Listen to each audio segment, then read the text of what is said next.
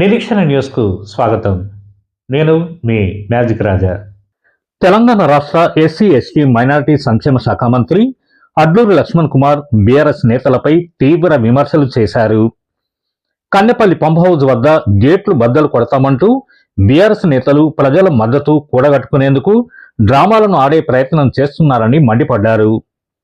మంగళవారం తిలక్ నగర్లోని కాంగ్రెస్ మాజీ కార్పొరేటర్ ఎండి ముస్తఫా నివాసంలో నిర్వహించిన మీడియా సమావేశంలో మంత్రి మాట్లాడుతూ 10 ఏళ్ల పాటు అధికారంలో ఉన్న బీఆర్ఎస్ కాళేశ్వరం ప్రాజెక్టు పేరిట లక్షల కోట్ల అవినీతికి పాల్పడి నేడు మళ్లీ ప్రజలను మోసం చేసే ప్రయత్నం చేస్తోందని ఆరోపించారు. నేషనల్ డ్యామ్ సేఫ్టీ అథారిటీ నిపుణులు ప్రాజెక్టులో లోపాలను ఎత్తి చూపిన నేపథ్యంలోనే నీటిని దిగువకు వదిలేశారని తెలిపారు. జస్టిస్ పిసి ఘోష్ ఇచ్చిన నివేదికను శాసనసభలో చర్చకు పెట్టి బీఆర్ఎస్ అవినీతిని బహిర్గతం చేస్తామని స్పష్టం చేశారు.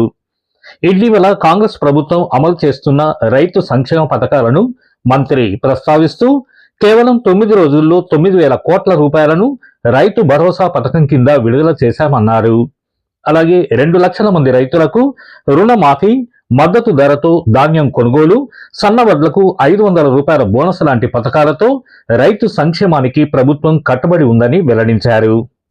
ఇంకా ఈ మీడియా సమావేశంలో కాంగ్రెస్ సీనియర్ నేతలు కాల్వలింగస్వామి, మాజీ ఫ్లోర్ లీడర్ మహంకాళి స్వామి, పిసిసి సెక్రటరీ పెద్దెల్లి ప్రకాష్, పట్టణ అధ్యక్షుడు తిప్పారపు శ్రీనివాస్, బీసీసీఎల్ అధ్యక్షుడు గట్ల రమేష్, ఇతర నాయకులు బొమ్మక రాజేష్, సింహాచలం, మండ రమేష్, డేవిడ్, నర్సోజీ, మట్ట Shiva, Omkar, Sajid, social media coordinator Dhulikatta Satish తదితరులు పాల్గొన్నారు.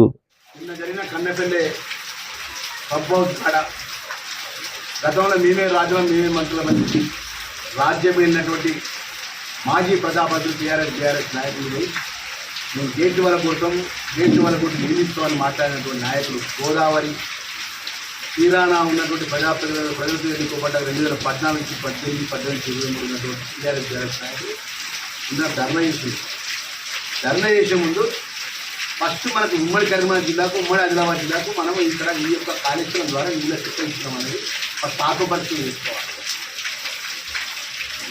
10 సంవత్సరాలు మనం రాజ్యం వెళ్ళాం, మనమే రాజులం, మనమే మంత్రులం. వాళ్ళ పార్టీ మా మాజీ ముఖ్యమంత్రి కదా నాయకులు ఉన్నారు. ఆత్మపరిచయం చేయకుండా ఈరోజు ప్రజాపాలన కూడా ఇంద్రమ రాజ్యంలో కూడా గౌరవ ముఖ్యమంత్రి గారు 9 రోజుల్లో కూడా 9,000 కోట్ల రూపాయలు రైతు భరోసా అకౌంట్లో జమ చేసి, రైతు రుణమాఫీ చేసి 2 లక్షల లోపు వడ్లు కష్టపడి 6 గంటల పంటకు ఎలాంటి కటింగ్ లేకుండా వడ్ల కొనుగోలు చేసి రైతులకు అండగా ఉండి ఈ రాష్ట్రంలో ఉమ్మడి ఆంధ్ర రాష్ట్రంలో కట్టినటువంటి ప్రాజెక్టులో కూడా ఏ ఒక్క ప్రాజెక్టు చిన్న నాగార్జున సాగర్ కానీ, శ్రీశైలం కానీ, శ్రీరామ్ సాగర్ ప్రాజెక్టు కానీ, ఎల్లంపల్లి కానీ, విస్మానేర్ కానీ ఏ ఒక్క ప్రాజెక్ట్ అలా చిన్న ఇబ్బంది అవుతా నువ్వు ఖర్చు నువ్వే మీరే మంత్రులు, మీరే ఇంజనీర్లు, మీరే కమిషన్ల ఉత్పత్తి. అందుకే ఈ స్థాయి వచ్చింది.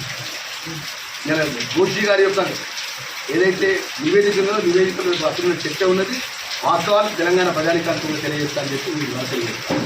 మన నిరీక్షణ న్యూస్ను వాచ్ చేయండి, లైక్ చేయండి, సబ్స్క్రైబ్ చేయండి, మీ మిత్రులకు షేర్ చేయండి.